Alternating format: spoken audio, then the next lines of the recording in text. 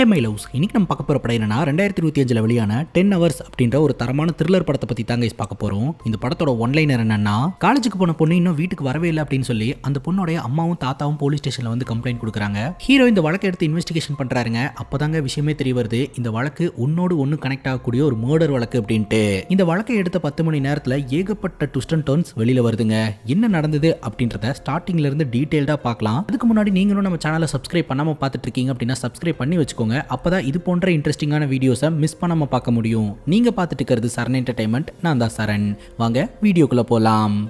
என்னோட வாழ்க்கையில் பிடிக்காத வேலையை போரிங்காக செய்கிறத விட பிடிச்ச வேலையை த்ரில்லிங்காக பண்ணலாம் அப்படின்னு சொல்லிட்டு தான் நான் இந்த போலீஸ் வேலைக்கு வந்தேன். நான் நினச்சதை விடவே ரொம்ப த்ரில்லிங்காக இருந்தது இந்த 10 மணி நேரம் தான் அப்படின்னு சொல்லி ஹீரோ இந்த கதைக்குள்ளே நம்மளை கூட்டிகிட்டு போகிறாருங்க. நம்ம ஹீரோடைய பேர் கேஸ்ட்ரோ, போலீஸ் இன்ஸ்பெக்டராக இருக்கிறாருங்க. ஏதோ ஒரு வழக்கை எடுத்து அந்த வழக்கை பார்த்தீங்கன்னா சால்வ் பண்ண முடியாமல் குழப்பத்தில் ரொம்ப அப்செட்டாக உட்காந்துக்கிட்டு இருக்கிறாருங்க. இப்போ ஹீரோடைய அசிஸ்டன்ட் சொல்கிறாரு, என்ன சார் நீங்கள் போய் இப்படி அப்செட்டாக உட்காரலாமா அப்படின்னு சொல்லிட்டு ஒரு கதையை சொல்கிறாருங்க. ஒரு ஊரில் ஒரு போலீஸ் ஸ்டேஷன் இருந்தது. அந்த போலீஸ் ஸ்டேஷனுக்கு ஒரு பெரியவர் வந்து அவருடைய பொண்ணையும் பேத்தியும் காணோம் அப்படின்னு கம்ப்ளைண்ட் கொடுத்துருந்துருக்காரு. ஆனால் அந்த ஸ்டேஷனில் இருந்த எந்த போலீஸ்காரங்களும் அவருக்கு ஒழுங்காக ரெஸ்பான்ஸ் பண்ணவும் இல்லை, அதே சமயம் மதிக்கவும் இல்லை. அந்த டைமில் தான் அந்த ஸ்டேஷனுக்கு புதுசாக ஒரு சப் இன்ஸ்பெக்டர் வந்திருந்திருக்கிறாரு. அந்த சப் இன்ஸ்பெக்டர் இந்த பெரியவரையும் பார்க்குறாரு, அந்த பெரியவருடைய கம்ப்ளைண்ட்டையும் பார்க்குறாரு. ஸோ அந்த கம்ப்ளைண்ட்டை அவர் எடுத்துக்கிட்டு இன்வெஸ்டிகேஷன் நடத்தலாம்னு முடிவு பண்ணுறாரு. ஆனால் அந்த ஸ்டேஷனில் இருக்கக்கூடிய போலீஸ்காரங்க யாருக்குமே இவர் இன்வெஸ்டிகேஷன் பண்ணுறது பிடிக்கலங்க. ஏன்னா அவங்க எடுக்காத கேஸை இவர் ஏன் எடுத்தாரு அப்படின்னு சொல்லிட்டு உள்ளுக்குள்ளேயே ஒரு பிரச்சனை. ஆனால் எதையுமே காதில் வாங்கிக்காத இந்த சப் இன்ஸ்பெக்டர் நான் நேர்மையாக இன்வெஸ்டிகேஷன் பண்ணுவேன் அப்படின்னு சொல்லிட்டு இந்த வழக்கை எடுத்து இன்வெஸ்டிகேஷன் நடத்தி இருந்திருக்காரு. அந்த இன்வெஸ்டிகேஷன்ல அந்த பெரியவருடைய பொண்ணையும் பேத்தியும் கண்டுபிடிச்சிருந்திருக்காரு. ஆனா உயிரோட இல்ல, போனமா. பாடியை போஸ்ட்மார்ட்டத்துக்கு அனுப்பி ரிப்போர்ட்டை பார்க்கும்போது தாங்க தெரிய வந்திருக்கு, அந்த பெரியவருடைய பொண்ணையும் பேத்தியும் செத்ததுக்கு அப்புறமும் பாலியல் வன்புணர்வு பண்ணி இருந்திருக்காங்க அப்படின்ட்டு. அந்த வழக்கில் எவிடன்ஸா கிடைச்சது பைட் மார்க் மட்டும்தான். அந்த பைட் மார்க்கை மட்டும் வச்சுக்கிட்டு ஹீரோ அந்த கில்லரை தேட ஆரம்பிச்சிருந்திருக்காரு. இந்த வழக்கில் யார் யார் மேலெல்லாம் டவுட் இருக்குதோ அவங்க கூடலாம் பார்த்தீங்கன்னா இந்த பைட் மார்க்கை வச்சு ஹீரோ இன்வெஸ்டிகேஷன் பண்ணி இருந்திருக்காரு. பட் யாரு கூடயுமே மேட்ச் ஆகல. ஆனா இந்த வழக்கை சால்வ் பண்ணியே ஆகணும் அப்படின்ற வெறியோட இந்த சப் இன்ஸ்பெக்டர் இருந்திருக்காரு. அப்பதான் சப் இன்ஸ்பெக்டரோட மண்டைக்கு ஒரு தாட் ஒன்று வந்திருக்குங்க. இந்த ஸ்டேஷன்ல எல்லா வழக்கையுமே கேஷுவலா எடுத்து இன்வெஸ்டிகேஷன் பண்றாங்க. ஆனா இந்த பெரியவரை மட்டும் ஏன் அவங்க மதிக்கவே இல்லை, ஏன் இந்த பெரியவர் கொடுத்த கம்ப்ளைண்ட்டை ஏத்துக்கவே இல்லை, ஒருவேளை இந்த ஸ்டேஷன்ல இருக்கிறவங்க யாராவது இந்த விஷயத்தை பண்ணிருப்பாங்களோ அப்படின்னு சந்தேகப்படுறாரு. நேரடியா இந்த ஸ்டேஷன்ல இருக்கக்கூடிய யாரையுமே இன்வெஸ்டிகேஷன் பண்ண முடியாதுன்ட்டு இந்த சப் இன்ஸ்பெக்டர் ஒரு பிளானை போடுறாருங்க. அது என்ன பிளான் அப்படின்னா, இந்த ஸ்டேஷன்ல இருக்கக்கூடிய எல்லோருக்குமே நான் ட்ரீட் கொடுக்குறேன் அப்படின்னு சொல்லிட்டு ஒரு தடல்புடலான விருந்து ஏற்பாடு பண்றாருங்க. அந்த விருந்துல எல்லோருமே கலந்துக்கிறாங்க, பயங்கரமா சாப்பிட்றாங்க. எல்லோரும் சாப்பிட்டு முடிக்கக்கூடிய அந்த டைம்ல எல்லாரோட இலையிலுமே ஒரு ஆப்பிள வைக்க சொல்றாருங்க. அதே மாதிரி வைக்கப்படுது. ஸோ எல்லோருமே தம்மு தும்முன்னு சாப்பிட்டுட்டு அந்த ஆப்பிள முழுசா சாப்பிட முடியாம கடிச்சிட்டு இலையில வச்சுட்டு போவாங்க. ஸோ அப்போ எவிடன்ஸை சேகரிக்கலாம் அப்படின்றது தான் இந்த சப் இன்ஸ்பெக்டருடைய பிளானா இருந்திருக்குது. நினைச்சது நடக்குது. அந்த போலீஸ்காரங்க எல்லாம் சாப்பிட்டு வச்ச எல்லா ஆப்பிளையும் பாத்தீங்கன்னா ப்ராப்பரா மார்க் பண்ணி ஃபாரன்சிக் டிபார்ட்மெண்ட்டுக்கு கொடுத்து ஆய்வு செய்ய போது தான் அந்த பொண்ணோடைய உடம்புல இருந்த அந்த பைட் மார்க்கும் இந்த ஸ்டேஷன்ல இருக்கக்கூடிய ஒரு போலீஸ் ஆபீசரோட பைட் மார்க்கும் மேட்ச் ஆகுது அப்படின்ட்டு. யார் அந்த போலீஸ் ஆபீசர் அப்படின்னு பார்த்தா இதே ஸ்டேஷன்ல இருக்கக்கூடிய இன்ஸ்பெக்டர் அப்படின்னு தெரிய வருதுங்க.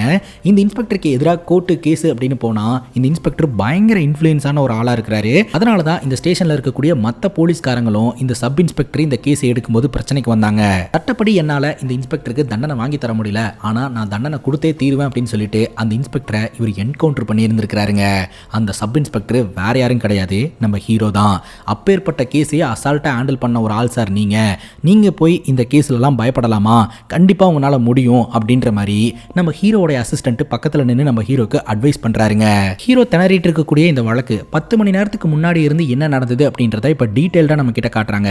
போலீஸ் ஸ்டேஷனுக்கு ஒரு பொண்ணோட தாத்தாவும் அம்மாவும் வந்திருக்காங்க. காலேஜுக்கு போன என்னுடைய பொண்ணு இன்னும் வீட்டுக்கு வரவே இல்லை அப்படின்ற மாதிரி கம்ப்ளைண்ட் கொடுக்குறாங்க. சரி உங்க பொண்ணோடைய போட்டோ, ஃபோன் நம்பர், எல்லா டீடைல்ஸையும் கொடுங்க அப்படின்னு சொல்லிட்டு ஒரு அதிகாரி கலெக்ட் பண்ணிக்கிட்டு இருக்கிறாருங்க. அதே சமயம் அந்த ஸ்டேஷன்ல இன்ஸ்பெக்டரா இருக்கக்கூடிய நம்ம ஹீரோடைய பேரு கேஸ்ட்ரோ, ஒரு அக்யூஸ்ட புடிச்சு போட்டு பொலன்னு பொளந்துகிட்டு இருக்காருங்க. செல்வாக்கான ஆளு, அரசியல்வாதி, இன்ஃப்ளூயன்ஸான பர்சன்ஸ் அப்படின்னு சொல்லிட்டு பாரபட்சமே பார்க்காம நியாயம் யார் பக்கம் இருக்கோ அவங்க பக்கம் மட்டுமே நிற்கக்கூடிய ஒரு ஆள் தாங்க நம்ம ஹீரோ. நம்ம ஹீரோ பார்த்தீங்கன்னா அந்த காணாம போன பொண்ணோட வழக்கை எடுக்கிறாருங்க. ஆக்சுவலாக அந்த பொண்ணு காலையில் 8 மணிக்கு காலேஜுக்கு கிளம்பி போயிருந்திருக்கிறா. ஈவினிங் 6 மணிக்கெல்லாம் பார்த்தீங்கன்னா காலேஜ் முடிச்சுட்டு அங்கே இருக்கக்கூடிய கோச்சிங் சென்டருக்கு போயிடுவாங்க. அந்த கோச்சிங் சென்டர்ல இருந்து ராத்திரி 8 மணிக்கு கிளம்பி வீட்டுக்கு வந்துருவா. ஆனா இன்னைக்கு பாத்தீங்கன்னா ரொம்ப நேரம் ஆகியுமே அவ வீட்டுக்கு வரவே கிடையாது. அது மட்டும் இல்லாம கோச்சிங் சென்டருக்கு இவங்க ஃபோன் பண்ணியிருந்திருக்காங்க. கோச்சிங் சென்டர்ல இந்த பொண்ணு கோச்சிங் சென்டருக்கு இன்னைக்கு வரவே இல்லை அப்படின்ற மாதிரி சொல்லியிருந்திருக்காங்க. அதுக்கப்புறம் தான் பயந்து போய் இவங்க போலீஸ் ஸ்டேஷனுக்கு வந்ததா சொல்றாங்க. உடனே ஹீரோ கேட்கிறாரு அந்த கோச்சிங் சென்டர் எங்க இருக்கு அப்படின்ட்டு. தென்றல் நகர் அப்படின்னு சொல்ல உடனடியா நம்ம ஹீரோ அந்த இடத்துக்கு கிளம்புறாருங்க. நம்ம ஹீரோ அந்த இடத்த ரீச் பண்றதுக்கு முன்னாடியே கண்ட்ரோல் ரூமுக்கு போனை போட்டு அந்த பொண்ணோட ஃபோன் நம்பரை ட்ராக் பண்ண சொல்லிட்டாருங்க. அவங்களும் ட்ராக் பண்ணி சொல்றாங்க. கடைசியா அந்த பொண்ணோட மொபைல் நம்பர் தென்றல் நகர் அப்படின்ற ஏரியால தான் சுவிட்ச் ஆஃப் ஆயிருக்கு அப்படின்னு சொல்லிட்டு உடனே நம்ம ஹீரோ அவரோட அசிஸ்டன்ட் கிட்ட சொல்றாரு. அப்ப அந்த பொண்ணு கோச்சிங் சென்டருக்கு கிளம்பி போயிருந்திருக்கா, போற வழியில தான் அவளுக்கு என்னமோ நடந்திருக்கு அப்படின்னு சொல்லிட்டு உடனடியா நம்ம ஹீரோ அந்த இடத்துக்கு போய் ஆய்வு செய்ய ஆரம்பிக்கிறாருங்க. அந்த ஏரியால ஒருத்தர் கடை வச்சிருக்காருங்க. அவர்கிட்ட இந்த பொண்ணோட போட்டோ காமிச்சு இந்த பொண்ணு பாத்திருக்கீங்களா அப்படின்னு கேட்கும்போது பாத்திருக்கேன் சார், இந்த வழியா தான் போகும் அப்படின்னு சொல்லும்போது இன்னைக்கு பாத்தீங்களா அப்படின்னு கேட்கும்போது ஆமா இந்த வழியா போச்சு அப்படின்ற மாதிரி அவர் சொல்றாருங்க. பேசிக்கா அந்த பொண்ணு இங்க பஸ் விட்டு இறங்கி அந்த கோச்சிங் சென்டருக்கு நடந்து போயிருந்திருக்கா. அந்த கோச்சிங் சென்டருக்கும் இந்த கடைக்கும் இடைப்பட்ட கேப்ல தான் அந்த பொண்ணுக்கு இன்னொன்று நடந்திருக்கு அப்படின்னு சொல்லிட்டு ஹீரோ நேரா ஒரு ஸ்ட்ரீட் லைட் கிட்ட போய் நிக்கிறாருங்க. அந்த ஏரியால இருக்கக்கூடிய எல்லா ஸ்ட்ரீட் லைட்டுமே நல்லா இருக்குது. ஆனா ஒரே ஒரு ஸ்ட்ரீட் லைட் மட்டும் உடைக்கப்பட்ட நிலைமையில இருந்துட்டு இருக்கு. அதுவும் அந்த இடத்துல ஏகப்பட்ட கம்பளி புழுக்கள் ஊறிக்கிட்டு இருக்குதுங்க. சம்திங் ராங் அப்படின்ற மாதிரி ஹீரோ யோசனை பண்றாரு. அந்த ஸ்ட்ரீட் லைட்டை ஒட்டின மாதிரியே ஒரு வீடு இருக்குதுங்க. அந்த வீட்டுக்குள்ளெல்லாம் பாத்தீங்கன்னா கம்பளி புழுக்களா இருந்துகிட்டு இருக்குது. ஆனா அந்த வீடு பூட்டப்பட்ட நிலைமையில இருந்துட்டு இருக்கு. அந்த வீட்டுக்குள்ள யாருமே இல்ல. ஆனா நம்ம ஹீரோ அந்த வீட்டை சுத்தி ஆய்வு செய்யறாருங்க. அந்த வீட்டோட அவுட்டோர் யூனிட்ல இருந்து தண்ணி வந்துகிட்டு இருக்கு. உடனடியா பூட்டை உடைங்க அப்படின்னு சொல்லிட்டு பூட்டை உடைச்சிட்டு உள்ள போய் பார்த்தா அந்த வீட்டுக்குள்ள யாருமே இல்ல. ஆனா கொஞ்ச நேரத்துக்கு முன்னாடி தான் ஏசி போட்டு ஆஃப் பண்ணி இருந்திருக்காங்க அப்படின்றது அந்த வீட்டோட டெம்பரேச்சரை பார்த்தாலே இவங்களுக்கு புரியுதுங்க. உடனே நம்ம ஹீரோ அவரோட அசிஸ்டன்ட் கிட்ட சொல்றாருங்க, எல்லா செக் போஸ்ட்லயும் அலர்ட் பண்ண சொல்லுங்க, அந்த பொண்ணு கிட்னாப் பண்ணப்பட்டிருக்கா அப்படின்னு சொல்ல, அது எப்படி நீங்க இவ்வளவு ஸ்ட்ராங்கா அந்த பொண்ணு கிட்னாப் பண்ணப்பட்டிருக்கான்னு சொல்ல முடியுது, அந்த பொண்ணு காதலிச்சு கூட ஓடி போயிருந்திருக்கலாம்ல அப்படிங்கும்போது வாய்ப்பே இல்லைண்ணே, நான் சொல்லட்டா, நம்ம இந்த ஏரியாக்குள்ள என்டர் ஆகிறோம், எல்லா ஸ்ட்ரீட் லைட்டும் நல்லா தான் இருக்குது. ஆனா இந்த ஸ்ட்ரீட் லைட் மட்டும் உடைக்கப்பட்ட நிலைமையில இருந்திருக்குது. அந்த ஸ்ட்ரீட் லைட்டுக்கு கீழே ஏகப்பட்ட கம்பளி பூச்சிங்க. அதை தொட்ட மாதிரியே ஒரு வீடு இருக்குது. அந்த வீட்லயும் சுத்தமா லைட்டே இல்ல. அந்த வீடு பூட்டப்பட்ட நிலைமையில இருக்குது. ஆனா ஏசி அவுட்டோர்ல இருந்து தண்ணி வந்துட்டு இருந்துச்சு. அதனால தான் பூட்டை உடைக்க சொன்னேன். உள்ள போய் பார்த்தா ஏசி ஆஃப் பண்ணப்பட்ட நிலைமையில தான் இருந்திருக்கு. ஆனா ரூம் டெம்பரேச்சர் கூலிங்கா தான் இருந்திருக்குது. கொஞ்ச நேரத்துக்கு முன்னாடி தான் இங்க இருந்து போயிருந்திருக்காங்க அப்படின்றது நம்மளால கணிக்க முடியுது. அது மட்டும் இல்லாம அந்த பொண்ணு கிட்னாப் பண்ணப்பட்டிருக்கா அப்படின்றத நான் ஏன் இவ்வளவு ஸ்ட்ராங்கா சொல்றேன்னா, அந்த ஸ்ட்ரீட் லைட்டுக்கு கீழே இருந்த கம்பளி பூச்சி அப்படியே இந்த வீட்டுக்குள்ளேயும் அங்கங்க கடந்தது. விச் மீன்ஸ் யாரோ ஒருத்தங்க இந்த பொண்ணை பிளான் பண்ணி கிட்னாப் பண்ணி இருந்திருக்காங்க. இந்த பொண்ணு இந்த வழியா நடந்து வரும்போது இந்த பொண்ணு மேல கம்பளி பூச்சியை தூக்கி வீசி இருந்திருக்காங்க. இந்த பொண்ணு பப்ளிக்கா ட்ரெஸ் சேஞ்ச் பண்ண முடியாது. கண்டிப்பா யாரோ ஒருத்தங்க உதவி செய்யணும். அந்த வகையில இந்த வீட்டில் இருந்த யாரோ ஒருத்தங்க இந்த பொண்ணுக்கு ட்ரெஸ் சேஞ்ச் பண்றதுக்கு உதவி பண்றேன் அப்படின்னு கூட்டிட்டு போயிருந்திருக்காங்க. அப்படிதான் அந்த பொண்ணை கிட்னாப் பண்ணியிருக்காங்க அப்படின்னு ஹீரோ சொல்றாருங்க. ஹீரோட அசிஸ்டன்ட் சொல்றாரு, நாம இந்த வழக்கை வேற ஒருத்தருக்கு மாத்தி விட்டுட்டு எலெக்ஷன் டியூட்டி பார்க்க போலாம் சார் அப்படின்னு சொல்லிட்டு. ஆனா ஹீரோ சொல்றாரு, இல்ல இதுவும் நம்மளோட டியூட்டி தான். இந்த பொண்ணை எதுக்காக வேணாலும் அவங்க கடத்தி இருந்திருக்கலாம். ஆனா அந்த பொண்ணை சேஃப் கார்ட் பண்ண வேண்டியது நம்மளுடைய கடமை அப்படின்னு சொல்லிட்டு வாக்கிய வாங்கி எல்லா இடத்துலயுமே தகவலை கொடுத்துறாருங்க.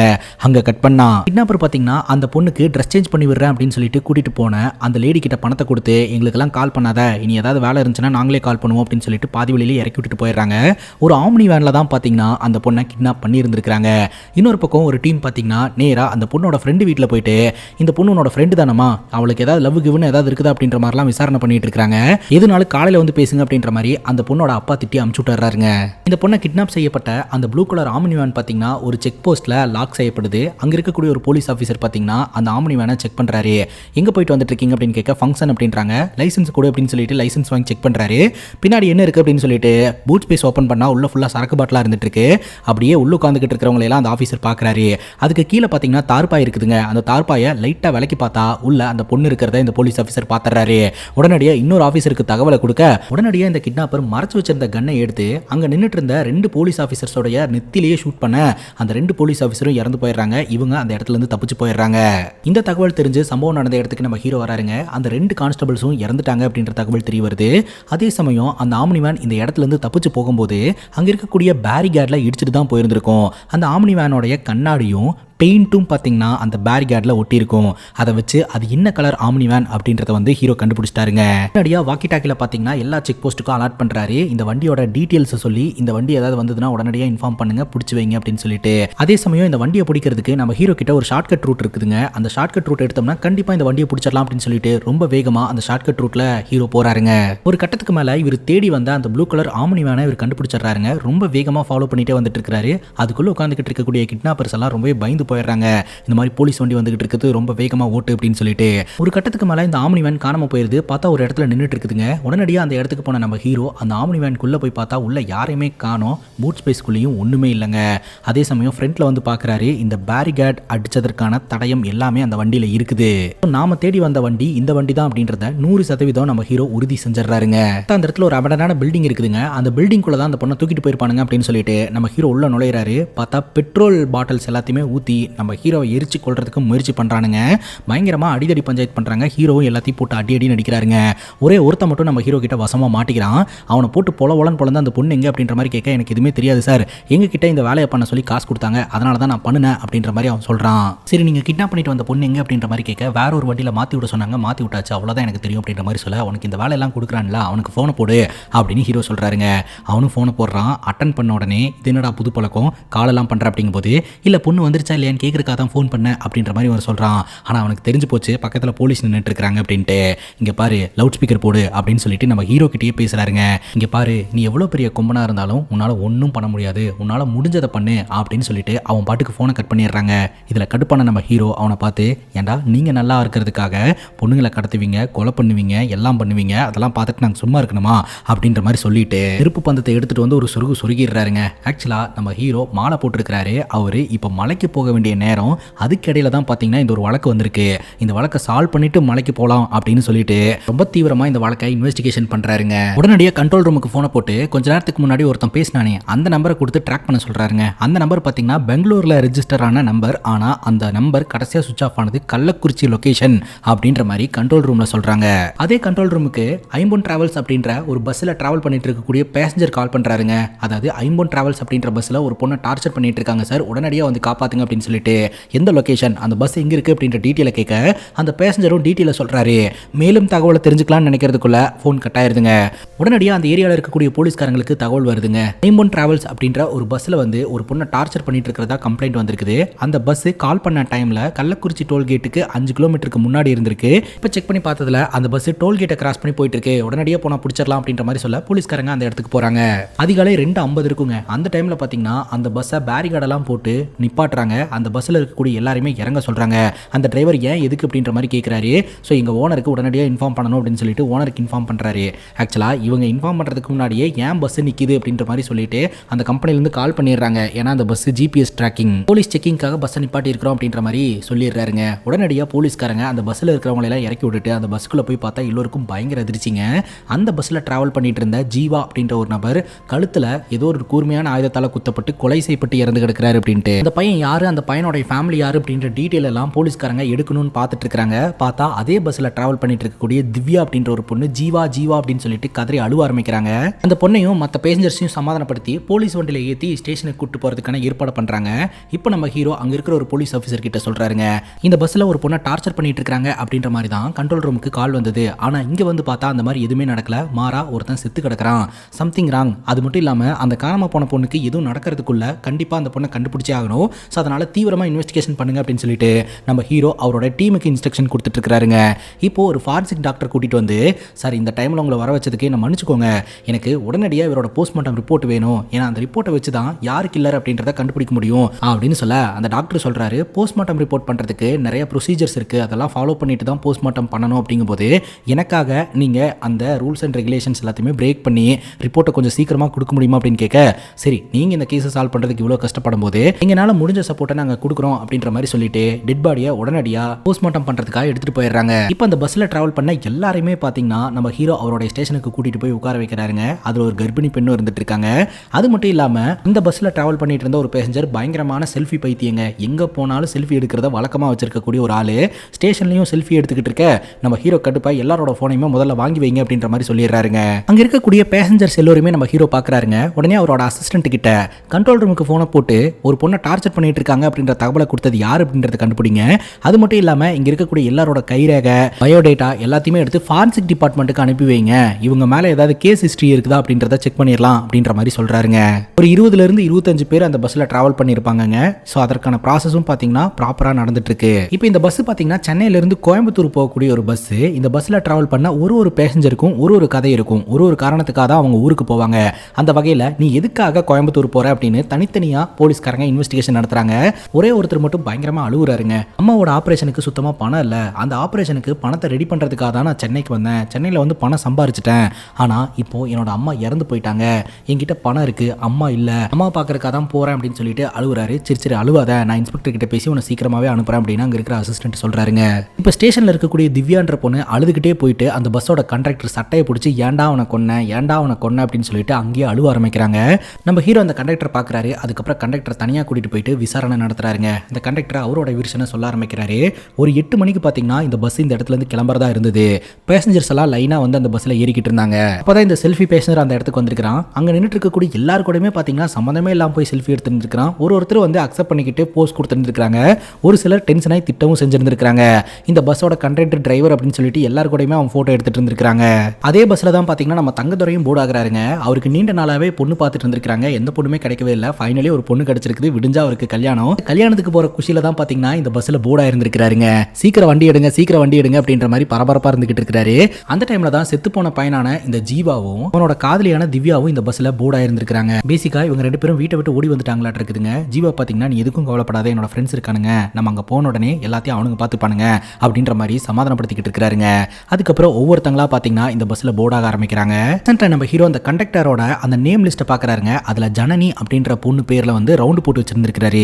இந்த பொண்ணு எங்க, இந்த பொண்ணு பஸ்ல இல்லவே இல்ல, ஏன் இந்த பொண்ணோட பேரை ரவுண்டு போட்டு வச்சிருக்க அப்படின்ற மாதிரி கேட்க, கோயம்பேட்ல இருந்து அசோக் நகருக்கு இந்த பஸ் 9 மணிக்கு வந்திருக்குதுங்க. அசோக் நகர்ல ஏற வேண்டிய பொண்ணு தாங்க இந்த ஜனனி. அந்த இடத்துக்கு வந்துட்டு ஜனனிக்கு ஃபோன் பண்ணி இருந்திருக்காங்க. ஜனனியோட ஃபோன் நம்பர் சுவிச் ஆஃப்னு வந்திருக்கு. அந்த ஜனனி வரவே இல்லை அப்படின்னு சொல்லிட்டு அந்த இடத்துல இருந்து கிளம்பலாம்னு நினைக்கும் போது அப்போ அந்த டைம்ல ஒரு 2 பேர் வந்து பஸ்ல போர்டு ஆயிருந்திருக்காங்க. ஸோ பஸ் அந்த இடத்துல இருந்து கிளம்பி இருந்திருக்குது. ஸோ அந்த பொண்ணு வரல அப்படின்றதுக்காக தான் இவர் ரவுண்ட் பண்ணி வச்சதா வந்து சொல்றாருங்க. கண்டக்டரோட முகத்துல பாத்தீங்கன்னா பேண்டேஜ் ஒட்டி இருக்கும். அந்த பேண்டேஜ் இப்ப போட்ட மாதிரி இருக்குது, உண்மை சொல்லு என்ன நடந்தது அப்படின்னு கேட்க இந்த கண்டக்டர் ஒரு கதையை சொல்றாருங்க. இந்த கண்டக்டர் பஸ்ஸுக்குள்ள நுழையும் போது அங்க இருக்கக்கூடிய பிரெக்னென்ட் லேடி வந்து வாமிட் எடுக்க ஆரம்பிச்சிருந்திருக்காங்க. அப்ப இந்த கண்டக்டர் பயங்கரமா திட்டி இருந்திருக்காருங்க. பஸ்ஸுக்குள்ள எல்லாம் வாமிட் எடுக்க கூடாது, கவர் வச்சிருக்கீங்களா, கவர்ல எடுங்க அப்படின்னு சொல்லிட்டு. ஆனா அந்த பிரெக்னென்ட் லேடிக்கு சடனா வாமிட் வந்துருச்சுங்க. உடனடியாக அந்த கண்டக்டர் கண்ணா பின்னான்னு திட்ட ஆரம்பிச்சிடறாருங்க. வாந்தி எடுத்துட்டல, நீ தான் க்ளீன் பண்ணணும், உடனே க்ளீன் பண்ணு அப்படின்னு சொல்லிட்டு அவங்களோட பிரெக்னன்சியை பத்தி எல்லாம் தப்பா பேச ஆரம்பிச்சிட்டாருங்க. இதை பார்த்த இந்த ஜீவா அப்படின்றவருக்கு கோவம் வந்துருச்சு. யோ பிரெக்னென்ட் லேடி கிட்ட பேசுற மாதிரியா ஐயா பேசுற அப்படின்னு சொல்லிட்டு வாக்குவாதம் பண்ணி இருந்திருக்காரு.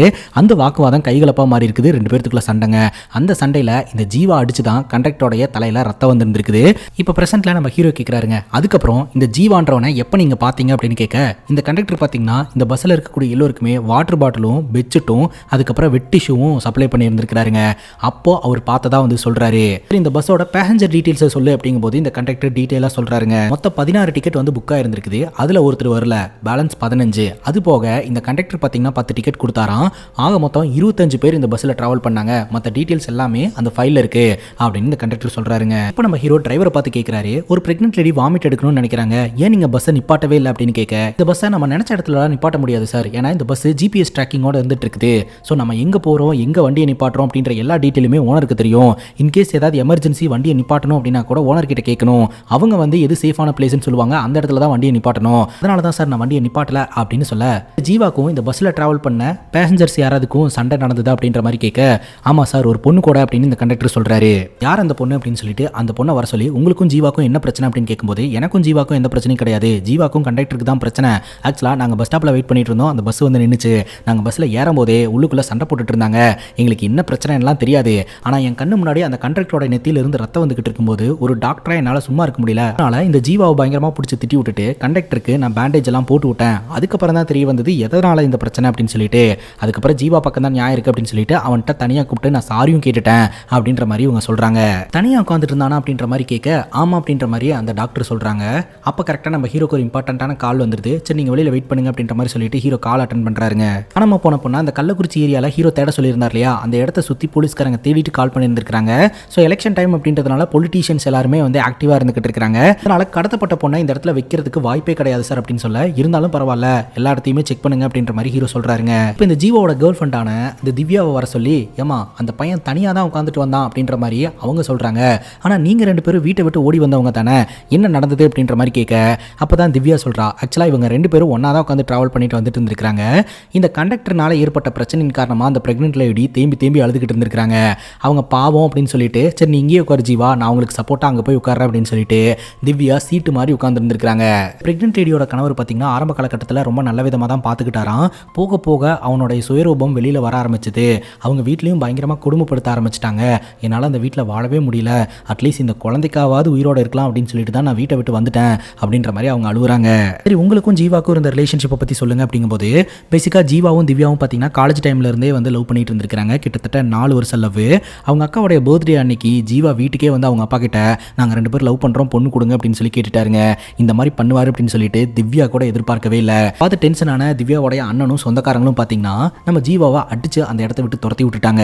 இந்த விஷயம் வீட்டில் தெரிஞ்சதுனால உடனடியாக பார்த்தீங்கன்னா திவ்யாவுக்கு கல்யாணம் ஏற்பாடு பண்ணி வச்சுட்டாங்க. உடனடியாக இந்த திவ்யா பார்த்தீங்கன்னா ஜீவாவுக்கு ஃபோனை போட்டு எங்கள் வீட்டில் கல்யாணம் ஏற்பாடு பண்ணிட்டாங்க, என்னை எப்படியாவது கூட்டிட்டு போயிரு அப்படின்ற மாதிரி சொல்ல, அதுக்கப்புறம் தான் இவங்க 2 பேரும் ஓடி போலான்னு பிளான போட்டு 2 பேரும் வீட்டை விட்டு வெளியில் வந்திருக்காங்க. உங்களுக்கு யாராவது மேலே டவுட் இருக்கா அப்படின்னு நம்ம ஹீரோ கேட்குறாரு. அப்போ நம்ம திவ்யா பார்த்தீங்கன்னா இல்லை அப்படின்ற மாதிரி சொல்றாங்க. உங்க அப்பா மேலே அப்படின்னு கேட்ட உடனே ஒரு செகண்ட் திவ்யா யோசனை பண்றாங்க. சரி பரவாயில்ல, டைம் எடுத்து யோசனை பண்ணுங்க, வெளியில் போய் வெயிட் பண்ணுங்க அப்படின்ற மாதிரி சொல்லிடுறாரு. அப்போ வெளியில் அடிக்கிற சவுண்டு கேட்குதுங்க.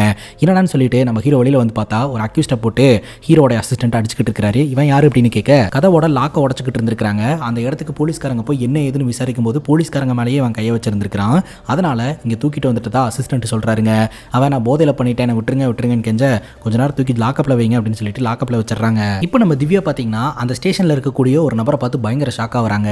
உடனே நம்ம ஹீரோ கிட்ட சார் எனக்கு இவன் மேலே தான் டவுட்டாக இருக்குது, இவன் தான் வந்து கொலை பண்ணியிருப்பான் அப்படின்ற மாதிரி சொல்ல, அந்த நபரை பார்த்தீங்கன்னா போலீஸ்காரங்க போட்டு அடின்னு அடிச்சு விசாரணை பண்ண ஆரம்பிக்கிறாங்க.